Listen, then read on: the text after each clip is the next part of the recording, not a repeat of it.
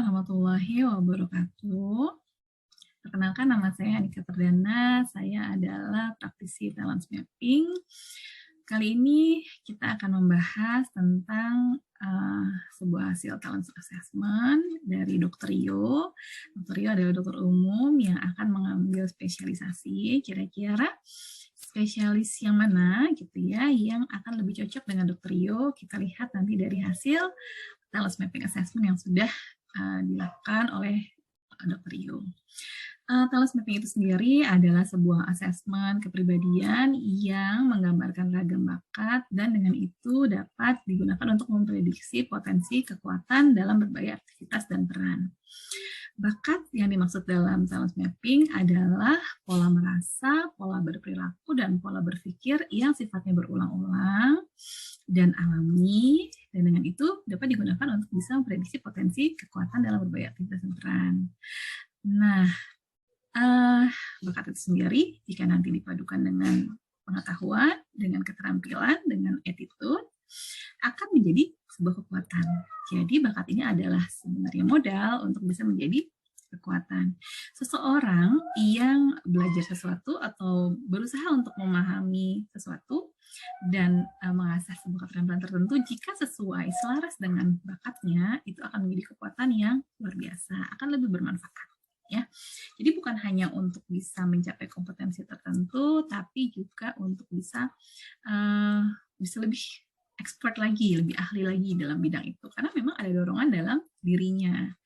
Jadi belajarnya, memahami sebuah pengetahuan, menguasai sebuah keterampilan, karena memang ada dorongan dalam dirinya. Nah, nantinya talent mapping ini sifatnya ada yang prediktif, ada yang deskriptif. Deskriptif ini menggambarkan ragam bakat. Jadi ada dorongan bakat apa saja dari yang kuat sampai yang lemah. Yang kuat itu mungkin terjadinya akan bisa setiap hari gitu ya. Yang lemah itu mungkin hanya jarang gitu ya, atau mungkin tidak muncul. Nah, kemudian dari bakat-bakat ini gitu ya, kombinasinya akan menghasilkan potensi kekuatan. Makanya jadi ada prediksi potensi kekuatan mana yang bisa digunakan potensial untuk bisa dikembangkan gitu ya, dan bisa bermanfaat nantinya. Untuk memutuskan nanti Dr. Rio mengambil dokter spesialis bidang apa, itu akan memudahkan jika ada bakat yang mendukung. Kemudian secara alami gitu ya, secara spontan gitu ya, itu akan muncul walaupun tanpa energi yang besar yang harus dikeluarkan oleh Dr. Rio. Kita lihat ya. Baik, saya share screen. Oke. Ini adalah bakat dari Dr. Rio. Baik, kalau kita lihat dari hasil talent mapping assessment-nya di urutan bakat, ada bakat yang kuat dari nomor 1 sampai nomor 7, relator, harmoni, connectedness, empathy, maximizer, achiever, dan responsibility. Kemudian ada bakat yang pendukung, includer, adaptability, learner, input, activator, developer, competition. Nah, ini bakat lemah. 34 sampai 28. Self-assurance, analytical, ideation, restoratif, arranger, comment, strategic. Kemudian ini bakat yang agak lemah. Communication, positivity, konsensi, futuristic, individualization, fokus, dan woo. Nah, untuk menjadi seorang dokter gitu yang sudah dijalani oleh Dr. Rio selama ini kan sudah baik-baik saja gitu, alhamdulillah gitu ya. Memang Dr. Rio berarti bisa menjalankan perannya dengan baik gitu ya. Nah, kemudian untuk menjadi spesialis pastinya membutuhkan belajar lebih lagi, keterampilan yang lebih lagi gitu ya. Dan jika tadi Dr. Rio ingin menjadi dokter spesialis penyakit dalam dan atau dokter kandungan gitu ya, kita akan lihat di sini bahwa bakat Dr. Rio untuk penyakit dalam, biasanya kan penyakit itu memang sudah tidak bisa ditangani oleh dokter umum, kemudian sudah parah gitu ya. Memang butuh adanya kemampuan untuk bisa memahami faktor-faktor yang menyebabkan penyakit itu. Gitu ya. Jadi masalah itu terjadi karena apa gitu ya. Intinya adanya namanya bakat analitikal, faktor-faktor yang menyebabkan sesuatu terjadi. Nah, kebetulan bakat analitikal Dr. Rio memang lemah di sini ya. Jadi memang sebenarnya tidak terlalu disarankan untuk bisa mengambil dokter spesialis penyakit dalam jadinya gitu ya. Kemudian juga untuk memperbaiki keadaan, memperbaiki sebuah masalah. Jadi saat penyakit itu sudah parah, pastinya kan harus diperbaiki gitu ya. Nah, untuk melihat kira-kira bagaimana cara memperbaikinya gitu ya, itu memang bakatnya lemah di sini, namanya bakat restoratif. Nah, kemudian untuk dokter kandungan gitu ya, dokter kandungan mungkin permasalahannya mungkin tidak separah dokter penyakit dalam gitu ya. Mungkin kalau untuk dokter kandungan ini kan lebih ke seperti membuat damai pasien gitu ya. Itu dokter Rio ada gitu ya, di sini ada relator gitu ya, menjalin hubungan yang dekat gitu ya. Kemudian harmoni ini cinta damai, senang dengan keadaan damai. Jadi untuk bisa membantu pasien lebih damai gitu ya, itu bisa sih ya dengan relator dan harmoni. Kemudian ada connectedness juga, bagaimana perasaan bahwa segala pemikiran dan perasaan gitu ya, bahwa segala sesuatu ada di dunia ini saling terhubung gitu ya. Nah, sebenarnya bisa sih ya kalau untuk jadi dokter spesialis kandungan gitu ya. Nah, tapi yang paling bagus sebenarnya saran temannya dokter Ria juga disarankan oleh seorang teman gitu ya untuk menjadi dokter spesialis anak gitu ya. Nah, menurut saya ini memang betul gitu ya, sepertinya bagus dan memang bagus. Karena memang untuk menghadapi anak-anak itu perlu adanya empati. Dokter Rio punya, gitu ya. Kemudian juga untuk nantinya kalau anak-anak itu pasti bawa orang tua ya, gitu ya. Nah orang tua itu pasti kan kalau anaknya sakit tuh kadang suka khawatir, gitu ya. Itu dokternya bisa menenangkan ya dengan adanya harmoni dan bisa dekat karena relator.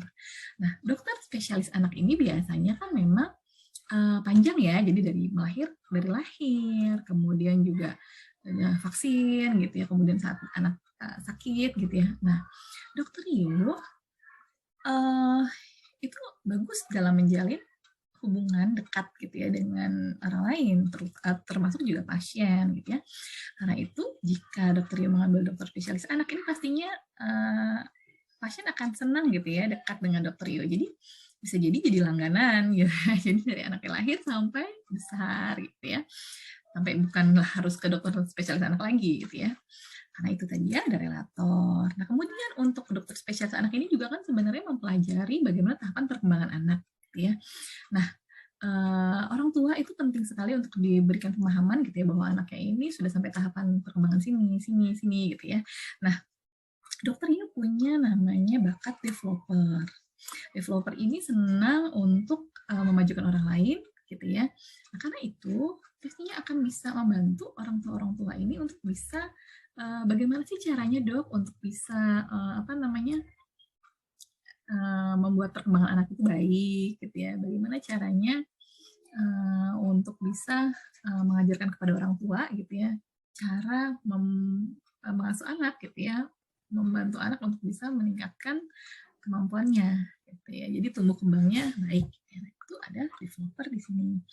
Dan sebenarnya Dr. Rio itu orang yang maximizer juga ya gitu. Jadi inginnya kualitas yang baik gitu ya. Nah, jadi pastinya akan membantu sekali untuk orang-orang tua ini bisa mensimulasi anaknya, mensimulasi tumbuh kembang anaknya dengan baik. Ini memang betul kalau untuk kita jadikan ranking gitu ya, saya sangat merekomendasikan pertama itu adalah dokter spesialis anak, kemudian yang kedua baru spesialis kandungan. Itu sih lebih dominan menyarankan untuk spesialis anak gitu ya. Dan untuk spesialis penyakit dalam itu sangat tidak saya sarankan karena memang itu pastinya tidak nyaman nanti ya karena analitikalnya lemah, restoratif juga lemah gitu. Nanti dorongan ini bakat yang tadi ya dapat membantu dokter Rio untuk bisa memahami penyakit yang sangat sudah mungkin menahun gitu ya, kemudian sudah parah gitu ya, itu tidak mendukung. Jadi akan lebih baik jika memilih yang kuat saja, kita fokus kepada kekuatan. Ya, kemudian jika kita lihat di peta bakat Dr. Rio, kalau di sini kita lihat merah dan kuning itu adalah bakat yang kuat, ya, merah dan kuning. Nah, yang putih itu biasa saja, kemudian yang abu-abu dan hitam itu lemah. Nah, Dr. Rio sebagian besar gitu ya berkumpul di relating. Nah, relating dan influencing. Jadi Dr. Rio bisa jadi influencer gitu ya, jadi orang yang emang influence orang gitu ya. Juga bisa ya nanti Dr. Rio tuh menginspirasi orang tua gitu ya dalam hal kesehatan anak, tumbuh kembang anak. Seperti itu. Dan ini itu dia, saya masih melanjutkan ke dokter spesialis anak ya, karena menurut saya itu yang paling pas untuk Dr. Rio. Ya, jadi Dr. Rio ini bisa sekali ya menjalin hubungan yang baik dengan orang tua, dengan anak-anaknya. Ya, sini di sini ada 3, influencing, kemudian relating ada 1, 2, 3, 4, 5, 6, 7, banyak sekali. Ya. Oke, kemudian kalau kita lihat strength cluster map Dr. Rio, di sini yang paling banyak merah dan kuningnya, ini yang bagian dalam ini PSP, tensi Dr. Rio, kemudian secara bakat gitu ya, kemudian yang merah ini statementnya Dr. Rio, jadi pengakuannya Dr. Rio. Nah, kalau kita lihat ada yang abu-abu, tapi di sini kuning gitu ya, di abu-abu di sini kuning gitu ya.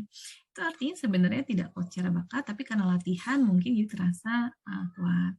Kemudian ada yang di sininya, yang di dalam ya, kotak yang di dalam itu kuning, kemudian di kotak dalam kotak luar ini merah atau kuning gitu ya. Nah, ini berarti Dr. Rio sudah bisa mengenali gitu ya bahwa ini memang potensi kekuatannya. Nah, kalau kita lihat banyak merah itu di merah dan kuning itu di networking sini ya, networking di sini. Oke. Kemudian di servicing. Oke, di sini. Ini ya merah. Nah, ini merah. Oke. Nah, karena itu memang Dr. Rio senang berhubungan dengan orang-orang gitu ya. Jadi kalau tadi yang saya sarankan untuk bertemu dengan orang tua dan anak-anaknya itu pasti akan lebih menyenangkan karena ketemu banyak orang dan bukan hanya penyakitnya saja ya, tapi kan juga tumbuh kembangnya gitu ya, juga bisa dibicarakan di situ. Nah, di situ kemampuan Dr. Rio, potensi kekuatan Dr. Rio di dalam motivating, guiding, relating, communicating gitu, itu bisa sekali digunakan saat menjadi dokter spesialis anak gitu ya. Jadi bisa memotivasi orang tua gitu ya, kemudian mengkomunikasikan dengan baik dengan orang tua gitu ya. Kemudian juga relating gitu ya, membangun hubungan gitu secara dekat seperti itu. Nah, bisa juga ternyata dokter ini bisa juga ya mengajar, kemudian memberikan training, kemudian merepresentasikan kembali. Ya, nah ini bisa juga kaitannya dengan Dr. Rio misalkan menyampaikan tentang pengetahuan ilmu-ilmu terkait tumbuh kembang anak gitu, dan kesehatan anak juga bisa. Kemudian di sini di servicing ya, Dr. Rio nih serving gitu ya, bisa senang melayani, senang memberikan informasi, sedang menyapa, kemudian mengasisteni, kemudian volunteering kegiatan yang memang sukarela, terapi, spiritualizing, konseling, caring. Nah ini kalau jadi spesialis anak cocok sekali gitu ya, senang orang tuanya dan pasti berhubungan dengan baik insya Allah sama Dr. Rio gitu ya. Insya Allah saya dukung Dr. Rio untuk menjadi dokter spesialis anak yang menginspirasi banyak orang tua gitu ya, dan membuat jadi tumbuh kembang anaknya menjadi lebih maksimal, optimal. Baik, itu mungkin yang bisa saya sampaikan tentang hasil Talents Mapping Assessment Dr. Rio. Terima kasih.